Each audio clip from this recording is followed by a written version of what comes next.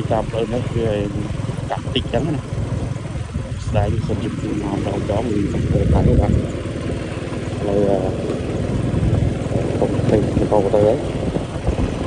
được rồi